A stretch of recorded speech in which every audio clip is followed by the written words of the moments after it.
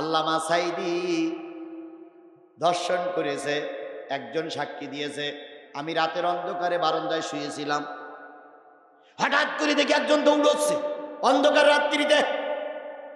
আমি পায়ের শব্দ শুনে মনে করলাম এই বোধহয় সেই হুজুর। ওই সাক্ষীর কারণে আমার হুজুর আমৃত্যু কারাদণ্ড। জামানার পয়গম্বর মুসার বিরুদ্ধে এবার কি করলে মুসারে ঘায়েল করা যায়, কারণ মুসা এখন কারুনের শত্রু, তাই কারুনও টার্গেট দিল এবার মুসার বিরুদ্ধে এমন অপবাদ দিতে হবে মুসা যেন মাথা উঁচু করতে না পারে। মুসা আলাইহিস সালাম তার দলবলের লোকদের বলল, ধুনটের পিরামাটে একটা সমাবেশ হবে, ধরিয়ে নেন, এর মাঠ না কিন্তু কথার কথা বলতেছে, ওইখানে যেয়ে জাকাতের পক্ষে আমি ওয়াজ করব, যাতে করে কারুন জাকাত দেয়। এই সংবাদ কারুনের কানে পৌঁছে গেছে। কারুন চিন্তা করলে হুজুরের বিরুদ্ধে তো অপবাদ দিতে হবে, এমন অপবাদ দিতে হবে সাক্ষী থাকবে না কিন্তু অপবাদ কাজে লাগবে। গ্রামে এক মহিলার কাছে গেছে, তার 5 বছর আগে স্বামী মারা গেছে, শরীর স্বাস্থ্য ভালো। কারুন দিয়ে একটা প্যাকেট নিয়ে বস্তা নিয়ে বলতেছে, বোন একটা সাক্ষী দিতে পারবা? কি সাক্ষী? এই যে হুজুর আসে না আমাদের গ্রামে, এই হুজুর বলতেছে আমার বিরুদ্ধে জাকাত আদায় করবে, তা তুমি ওই মঞ্চে বলতে পারবা যে হুজুর তোমার সঙ্গে আকাম কুকাম করে পেটে বাচ্চা, ওই বাচ্চার মা বাবা হইল ওই হুজুর, এই কথাটা বলতে পারবা? মহিলা তখন বলতেছে, ভাই বলো কি, আমি তো হুজুরের কোনোদিন চোখে দেখিনি। কই দেখা লাগবে না, কিছু করা লাগবে না, তোমার সাক্ষী কাজে লাগবে। আজকেও তাই হচ্ছে। তুমি একটু যেই বলতে পারবা যে হুজুর আমার সঙ্গে জেনা করেছে, আমি তো কোনোদিন দেখিনি, কয় দেখা লাগবে না, তুমি শুধু বলো পেটে বাচ্চা ওই হুজুর। মহিলা কয় যাব না, কারণ কয় 1 বস্তা টাকা দিয়ে গেলাম, এই টাকাটা নাও, প্রয়োজনে আরো বস্তা টাকা দেবো, তুমি সাক্ষী দিয়ে শুধু হুজুরকে মেরে দাও, আমি যেন ক্ষমতায় থাকতে পারি। ও কারুনের বংশ এখনো পৃথিবীতে, ওই কারুনের বংশ এখনো পৃথিবীতে। মহিলা একটু সম্মতি দিল, একটু নীরব থাকলো, সাক্ষী হয়তো দেবে। নির্ধারিত দিন চলে আসলো। মুসা আলাইহিস সালাম মঞ্চে দাঁড়িয়ে দুটো জিনিসের বিরুদ্ধে বক্তৃতা করতেছে। একটা হলো জাকাত, আর একটা হলো জেনা। জাকাতের কথা বলে জেনার কথা সেই বলেছে। কারণ ছিল নিচে, কারণ তো হুজুর দাঁড়াও, তুমি তো বড় ওয়াজ নসিহত করতে চাও, আচ্ছা তুমি যদি জেনা করো তাহলে তোমার শাস্তি কি? মুসা আলাইহিস সালাম বলতে, আমি বিবাহিত, শরিয়াতের বিধান হচ্ছে বুক পর্যন্ত পুঁতে পাথর ছুঁড়ে মারো। এবার কারণ মঞ্চে লাভ বের উঠে বলতেছে, কই সেই মহিলা, কই সেই মহিলা, কই সেই মহিলা, মঞ্চে এসো, তোমার মুখই সব শুনি। দিয়ে মুসার শাস্তি দেবে সেই কারণের উত্তরসূরিরা আজও আমার দেশে আছে। ওরাই আল্লামা সাঈদীর বিরুদ্ধে ধর্ষণ মামলা হাজির করেছে।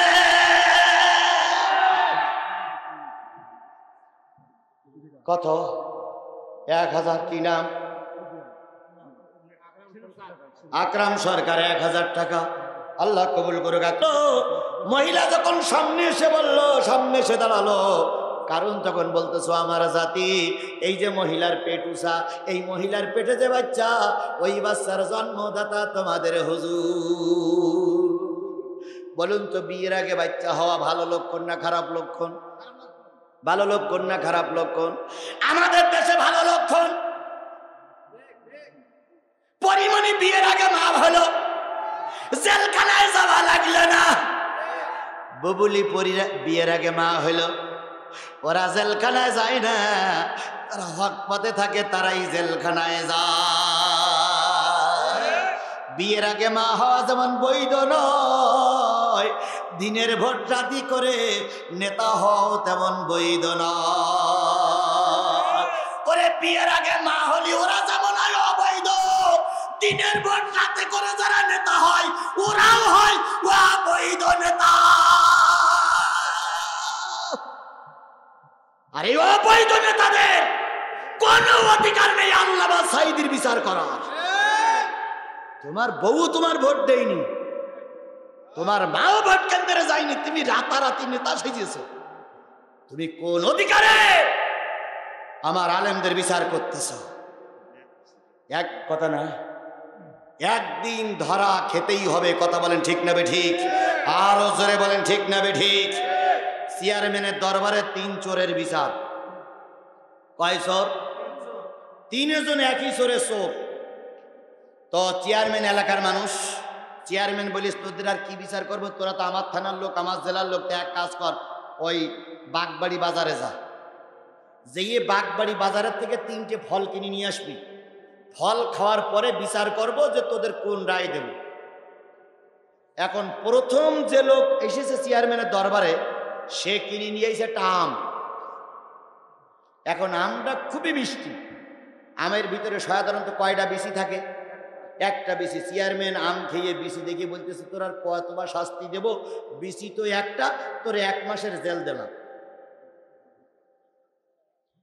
তো এ লোক বলতে যাক আলহামদুলিল্লাহ, 1 মাস খেটে বাড়ি আসলি তো আবার ঠিক হয়ে যাবে। দ্বিতীয় যে চোর আসতেছে, সে কিনেছে একটা আপেল। কি কিনেছে? আপেলের বিচি। আপেলের ভিতরে বিচি পাইছে 4টে। তা বলতে যা, তো 4 মাসের জেল দিলাম, তোর আপেলটাও মিষ্টি লেগেছে।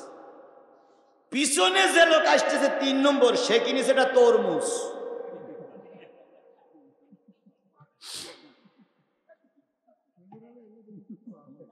কি কিনেছে? তরমুজ। আগের লোকের আমের কারণে কয় মাস জেল, পরের লোকের আপেলের কারণে কয় মাস জেল, সব বিচি দেখে জেল হয়েছে। এইবার পিছনে আসতেছে কে? তরমুজ আলা। এখন এই 2 জন পিছনে বসে বসে চেয়ারে বসে কাঁদতেছে, আল্লাহ পিছনের লোকের কি হবে, ওর উপায়টা কি, ওর কি হবে।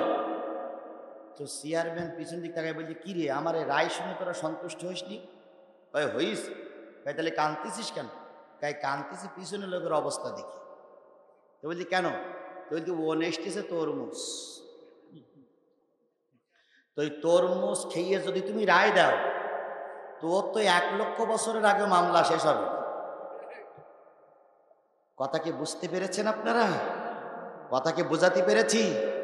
2 কোটি টাকা এতিমের মাল আত্মসাতের দায়ে সাবেক প্রধানমন্ত্রীর যদি 2 বছর জেল হয়, 10 বছর যদি জেল হয়, তোমরা কোটি কোটি টাকা মেরে খেয়েছ, জামাত ইসলাম আর বিএনপির রায় তোমরা কার্যকর করেছ, তোমাদের প্রত্যেক নেতার মাথায় আছে তরমুজ। এমন রায় হবে, কিয়ামতের আগে জামিনে পেয়ে বোর মুখ আর দেখা লাগবে না। আল্লাহ বোঝার তৌফিক দিক। সকলে বলুন আমিন। আরো জোরে বলেন আমিন। কারুল মহিলারা ডেকে নিয়ে আসছে, মনে আছে তো? বলেছিলাম না আগে চেয়ে পরের ডোজ কঠিন হবে, কারণ আগে একটু হালকা দিলাম কালেকশনের কারণে। এবার তো হবে আসল ডোজ, এবার হবে আসল ডোজ। কিছু লোক মনে করতে ফাটাই ফুটিয়ে ফেলবে না, না রে ভাই, ফাটাই ফুটিয়ে ফেলবে না। আবার আমার তো চলি যেতে হবে। কথা বলেন ঠিক না বেঠিক? তবে চিন্তার কোনো কারণ নেই, আমার উপরে আমার আল্লাহ আছে। কত লোক কত দিক দিয়ে ওত পেতে বসে থাকে, আজকে বেরোলি খুন করবো, ছুরি ঢুকিয়ে দেবো, এ করবো তা করবো। থাকো, তোমার নাকের ডোকা দিয়ে জিহাদি চলে যাবে, তোমার মরা বাপও ঠিক পাবে না। বগুড়ায় আমার আরেকটা নাম আছে, জানেন কি? জেন হুজুর। বগুড়ার লোক কয় জিহাদি তো না, জেন হুজুর। কেন? ভাই ওয়াজ করে ঠিকই, বেরিয়ে যাওয়ার সময় কেউ ঠিক পায় না। আসলে কিন্তু আমি আপনার সামনে দিয়ে বেরিয়ে যাই। রসুল যখন হিজরত করে কাফেরদের সামনে দিয়ে বেরিয়ে গেল, কাফেরদের চোখে সব কি ঢুকেল? বালু ঢুকেছিল। ওই চোখ ডলিসা সেই ভাগে রসুল চলে গেছে। আমি যখন ধর্মের কথা বলে বেরিয়ে যাই, তোমরা চোখ বলতে থাকো, সেই ভাগে বেরিয়ে যায়। তোমার দাদাও ঠিক পায় না, বাপও ঠিক পায় না, তোমার বউ ঠিক পায় না। মারা চিন্তা করি না, হাটপেট করে তুমি মরি যাওয়া, বরং দোয়া করে আল্লাহ যেন তোমার হেদায়েত নসিব করে দেয়। আমার ভাইয়েরা, কারুন মঞ্চে ডেকে নিয়ে আইছে কারে? মনে নেই, মনে নেই, মনে নেই? মহিলার পেটে কি আসলে কি বাচ্চা? মুসা আলাইহিস সালাম কয় আল্লাহ, মুসা আলাইহিস সালাম তসিমউদ্দিন পাই, হ্যাঁ ওসিমউদ্দিন পাইকার ছেলে আফতাব পাইকার 5,000 500 টাকা না 5,000 টাকা। আমার ভাইয়েরা মঞ্চে ডেকে নিয়ে আসছে। এবার মুসা আলাইহিস সালাম রেখে দিয়ে কয় আল্লাহ, আর কত আমাদের ধৈর্য ধারণ করা লাগবে। আল্লাহ কয় মুসারে ধৈর্য ধারণ কর, মহিলার কাজ ওয়াজ কর, মহিলা হয়তো তোর কথা শুনে চলবে। এবার হুজুর ওয়াজ করতে শুরু করেছে, বোন তুমি কি কোনোদিন আমারে দেখেছ? কয় না দেখিনি। তুমি কি, তোমার সঙ্গে কি আমি জেনা করেছি? মহিলা চুপ করে আছে। আজকে টাকার লোভে তুমি একটা মিথ্যা সাক্ষী দিচ্ছ, এর বিনিময়ে একজন নবীর ফাঁসি হবে, নবীর বিরুদ্ধে বিষাদগার হবে, তুমি কি এটা চাও? মহিলা কিছুই বলে না, কারণ পাইছে কয় বস্তা টাকা? 1 বস্তা টাকা। শেষ। কি হলো কি হলো কি হলো? টাকা নিয়ে গঞ্জাম তো হবে, টাকা নিয়ে গঞ্জাম নেই। সুতরাং তুমি যে টাকার লোভে কথা বলেছ, জিবরিল আমিন আমার কানে কানে বলে গেল যে তোমার ওই বস্তার ভিতরে অর্ধেক ছাই আর অর্ধেক টাকা, ওখানেও কারণ তোমার ধোকা দিস, তারপরেও তুমি মিথ্যা সাক্ষী দেবা? মহিলা বলছে তাহলে একটু পরীক্ষা করি। মহিলা ভিতরে হাত ঢুকুই দেখে তলায় ছাই। আমি বানানো গল্প করতেছি, বাড়ি দিয়ে সূরা কাসাস পড়ি দেখবেন, কাসাসের ভিতরে কারুনের নামে স্পষ্ট উল্লেখ আছে। হাত ভিতরে ঢুকেই দেখে ছাই। মহিলা তখন বলতেছে, ও জাতি, ও নবী, এখন আর মিথ্যা কথা বলবো না, কুলের কথা খুলে বলবো। কি হয়েছে? মহিলা তখন বলে, গত 2 দিন আগে এই কারণ আমার বাড়ি যেই বলতেছে তোমার বাড়ি ধর্ষণের মামলা দিতে হবে, কিন্তু তোমার আমি দেখিনি, তুমি আমার দেখিনি, কোনোদিন একাম কোকাম হয়নি। মহিলা তখন এই কথা বলার পরে মুসা আলাইহিস সালাম বলেন, আল্লাহ আমি কি করব? জিবরিল আমিন বললেন, মুসা রে, যার যা বলবা সে তাই শুনবে। মুসা এবার বলতেছে, ধর মাটি কারুনের ধর, ধর কারুনের ধর। কারুনের হাঁটু পর্যন্ত মাটির ভিতরে চমকলার মতন চলে যাচ্ছে। এবার কারুন বলতেছে, ওরম কত লোকের হয়, কিচ্ছু হবে না, আমি কিন্তু ছুট মেরে বাড়ি চলে যাব। মুসা কায় ধর মাটি কারুনের ধর, কোমর পর্যন্ত মাটির ভিতরে চলে গেছে। এবার মুসা, কারুন তখন বলতেছে, মুসা তুমি না হুজুর মানুষ, হুজুর মানুষই রাগ করলি চলে না, ফান্দে পড়িয়া বগা কান্দে রে। আবে সাহেব কই? আমাদের হ্যাঁ, আপনাদের মাদ্রাসার হুজুর দেখেন, ডাকেন আমার পাশে ডাকেন। ফান্দে পড়িয়া বগা কান্দে রে, বগার এখন চৈত্র মাস, মনে বড় হাহুতাস, ওরে ফান্দে পড়িয়া বগা কান্দে রে। ওরা বিপদে পড়লি হুজুরির কাছে আসে, বিপদ উদ্ধার হয়ে গেলে আর হুজুর ডাকে না। বিপদে পড়ে গেলে হুজুর জানাজা পড়াও, আমার তোমার জানাজা আমি পড়াবো কেন? তুমি তো ইসলামের চূড়ান্ত দুশমন, আমার জানাজা পড়ার দরকার নেই, তুমি ওই কৃষ্ণ বাবু দিয়ে জানাজা পড়াও। আর যদিও জানাজা আমরা পড়াই, দোয়া করব না। বাংলাদেশের একজন এমপি মারা গেছিল, বাদল। ওই বাদল বলেছিল হুজুরা সব কুকুরের বাচ্চা। এই বাদল মারা যাওয়ার পর বাংলাদেশের কোনো হুজুর জানাজা পড়িনি। ঠিক চট্টগ্রামের ক্লাবের যে শয়তানের কথা বলেছে, ওরও জানাজা বাংলাদেশের কোনো হুজুর যেন না পড়ে। বাদলের জানাজা কোনো হুজুর পড়ায়নি। শেষ পর্যন্ত রাস্তা দিয়ে রিক্সায় হুজুর যাচ্ছিল, ইয়া বড় পাগড়ি, ইয়া বড় দাড়ি, ইয়া বড় টুপি, গোরে গোরে মুখরুচি, কালা কালা চশমা, চশমা পরা হুজুর। পুলিশ যে বলতে, হুজুর নামেন জানাজা, নামেন জানাজা, নামেন জানাজা। হুজুর বলছে, আমি এলাকার হুজুর না, কোনো কথা নেই, আগে জানাজা। ওই হুজুর বাধ্য এসে জানাজা পড়াইছে। আমরা খুঁজতে খুঁজতে ওই হুজুরি বাড়ি গেছি। যেই বললাম তুমি জানাজা পড়াইলে, ঘটনার কেউ তো জানাজা পড়া, হুজুরকে কুকুরি বাচ্চা বলে জানাজা হবে কেন? কয় হুজুর জানাজা পড়াইছিলাম। কেন? যদি আমার মতন বিপদ আপনি পড়তেন তাহলে আপনি পড়াতেন। কেন? কয় হুজুর কেরামান কাতিবিন চারিপাশে ঘিরে ফেলিস, নামেন জানাজা, নামেন জানাজা। তবে একটা সুযোগ ছিল, জানাজা পড়াইলাম ঠিকই, কিন্তু আমার হুজুর ছিল না। কি ছিল না? উজু ছিল না, আর উজু করতেও দেখি। আমি যে উজু করতে যাবো যদি পালাই যাই শুধু বলি জানাজা পড়ে বাধ্য হয়ে আল্লাহ হবে বলে পড়াই দিলাম হুজুর।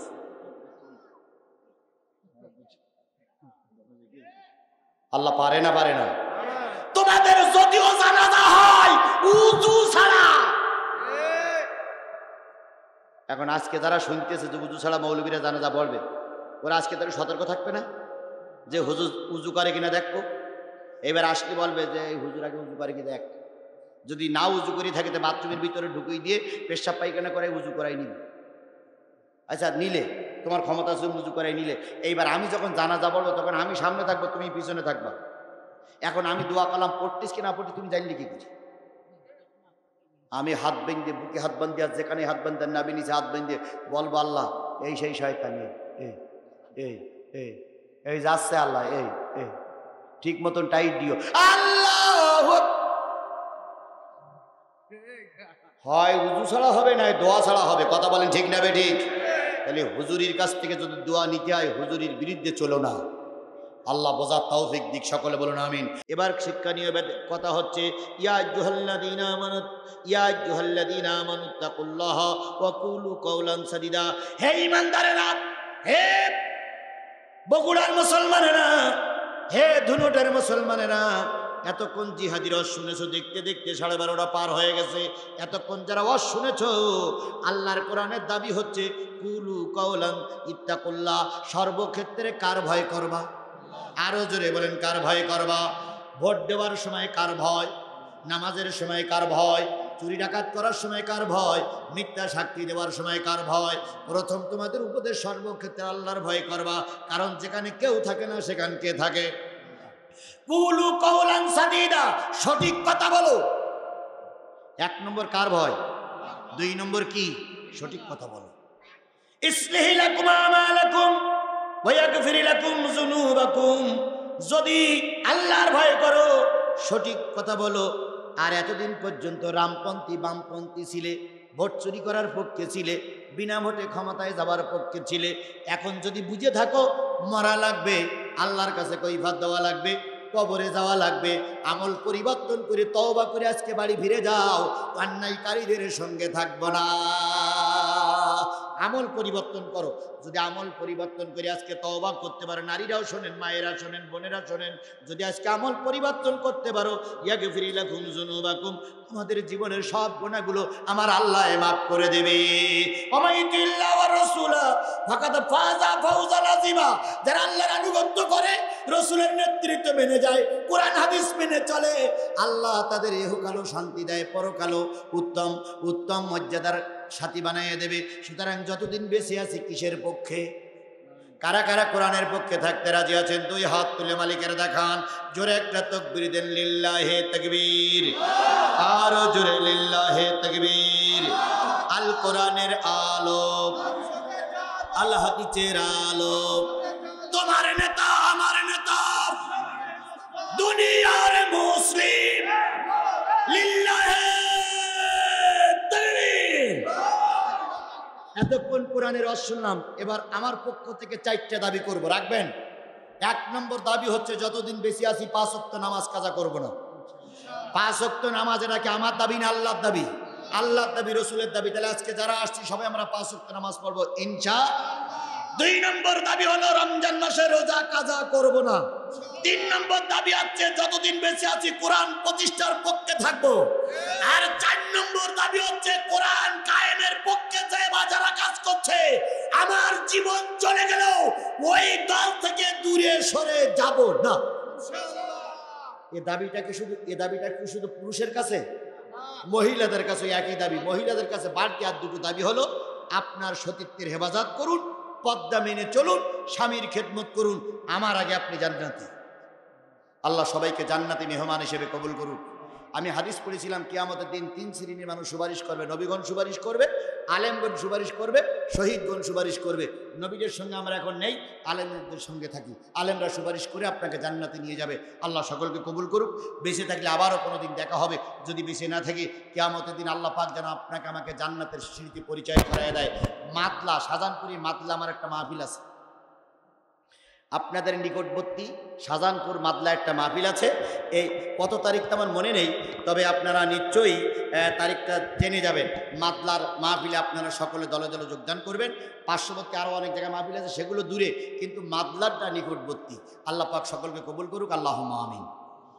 ربنا ظلمنا أنفسنا وإن لم تغفر لنا وترحمنا لنكونن من الخاسرين ربنا إننا آمنا فاغفر لنا ذنوبنا وقنا عذاب النار اللهم رب ارحمهما كما ربياني صغيرا وقل رب ارحمهما كما ربياني صغيرا মহিয়ান গরিয়ান সর্বশক্তিমান আল্লাহ, আমরা সকলে মিলে তোমার কুদরতি দরবারে এক হাত না পেতে দুই হাত পেতে ভিক্ষা চাইতেছি। মেহেরবানি করে আল্লাহ এই কোরআনের মাহফিল আমাদের সকলের নাজাতের জরিয়া বানায়া দাও। কোরআনের মাহফিলের ইন্তজাম যারা করলো, শোনার জন্য যারা আসলো, আর এই কোরআনের মাহফিলকে টিকায় রাখার জন্য, এই মাদ্রাসাকে টিকায় রাখার জন্য যারা চাঁদা দিল, পয়সা দিল, সময় দিল, শ্রম দিল, মেধা দিল, কথা দিল, কিয়ামতের দিন এই মাহফিল আমাদের সকলের নাজাতের জরিয়া বানায়া দিও আল্লাহ। গভীর রজনীতে হাত তুলেছি, কত লোকের মা নাই, কত লোকের আব্বা নাই, কত লোকের দাদা দাদি নানা নানি আত্মীয় স্বজন মাতৃকুলে পিতৃকুলে শ্বশুরকুলের মানুষগুলো মন মন মাটি বুকের পরে করে নিয়ে আম বাগানে, কাঁঠাল বাগানে, বাঁশ বাগানে, নদীর চরে ঘুমায় গেছে। রব্বুল ইজ্জাত ওয়াল জালাল যাদের মা নাই, যাদের আব্বা জান দুনিয়ার থেকে বিদায় হয়ে গেছে রে মাওলা, মন মন মাটি বুকের পরে করে নিয়ে আম বাগানে, কাঁঠাল বাগানে চিরনিদ্রায় ঘুমায় গেছে, তাদের কবরগুলোরে তুমি জান্নাত বানায়া দাও রব্বুল আলামিন। যাদের মা বাপ এখনো পর্যন্ত বেঁচে আছে, খেদমত করে জান্নাত কিনে নেওয়ার তৌফিক দিয়ে দাও।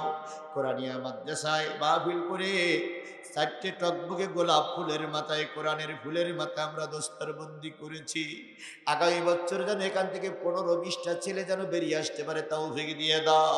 আসমানের মালিক, জমিনের মালিক আল্লাহ, পীরাপাঠ হাফিজি মাদ্রাসাকে কিয়ামত পর্যন্ত কবুল করে না। যারা কমিটিতে আছে, যারা সাধারণ সদস্য আছে, সকলকে ঐক্যবদ্ধভাবে এই কোরআনের মাহফিল, এই কোরআনের মাদ্রাসাকে টিকাই রাখার তৌফিক দিয়ে দাও। আমার এক যুবক ভাই 5 জন হাফিজ সাহেবকে 5,000 করে, 4 জন হাফিজ সাহেবকে 5,000 করে টাকা দিয়েছেন, মাদ্রাসায় 5,000 টাকা দিয়েছেন। ওই যুবকের আয় রোজগার সহ আমাদের সবাই আয় রোজগারে তুই বরকত দিয়ে দাও।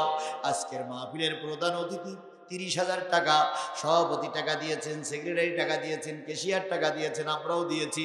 সকলের দান আল্লাহ তুমি দয়া করে কবুল করে নাও, বিনিময়ে সকলের মনোবাঞ্ছা পূর্ণ করে দাও। কোথায় বগুড়া, কোথায় শেরপুর, কোথায় গাবতলী আল্লাহ, কোথায় শাহজাহানপুরের পাগলেরা ছুটে এসেছে আল্লাহ, সুস্থভাবে সুস্থ অবস্থায় বাড়ি ফিরে যাওয়ার তৌফিক দিয়ে দাও। মা বোনদের আল্লাহ 5 ওয়াক্ত নামাজ, রমজানের রোজা, সতীত্বের হেফাজত, আল্লাহ স্বামীর খেদমত সহ ইসলামের হুকুম হাকাম মেনে চলার তৌফিক দাও আল্লাহ। বাংলাদেশটারে তুমি কোরআনের দেশ বানায় দাও, বাংলাদেশটারে তুমি কোরআনের দেশ বানায় দাও, বাংলাদেশটারে তুমি একটিবারের জন্য কোরআনের দেশ বানায় দাও। কোরআন দিয়ে আমার দেশ চলতেছে দেখার তৌফিক দিয়ে দাও, কোরআন দিয়ে আমার সংসদ, আমার নেতারা চলতেছে দেখার তৌফিক দাও। ও মাবুদ, তুমি দয়া করে আমাদের দোয়াগুলো ফিরিয়ে দিও না আল্লাহ, দোয়াগুলো ফিরিয়ে দিও না, কারণ তুমি যদি দোয়া ফিরিয়ে দাও কার কাছে আমরা হাত তুলবো আল্লাহ। তুমি দয়া করে আমাদের প্রত্যেকের ফরিয়াদ, প্রত্যেকের দোয়াগুলো কবুল করে নাও রব্বুল আলামিন। যারা আজকের মাহফিলে আসলো সবাইকে আল্লাহ কিয়ামতের দিন আমাদের জান্নাতের সিঁড়িতে পরিচয় করাইয়া দিও, আমরা যেন একসঙ্গে জান্নাতে যেতে পারি তৌফিক দিয়ে দাও। তোমার দোস্তের খাতিরে, তোমার বন্ধুর খাতিরে দয়া করে কবুল করে নাও। আগামী বছর বড় বক্তা নেই মাহফিল, এই ময়দানের মাহফিল যেন ভুল করতে পারে তৌফিক দাও আল্লাহ।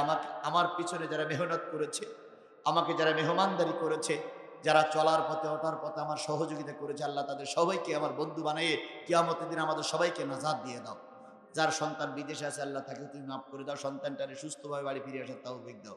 সুবহানা রাব্বিকা রাব্বিল ইজ্জাতি আম্মা ইয়াসিফুন ওয়া সালামুন আলাল মুরসালিন ওয়াল হামদুলিল্লাহি রাব্বিল আলামিন।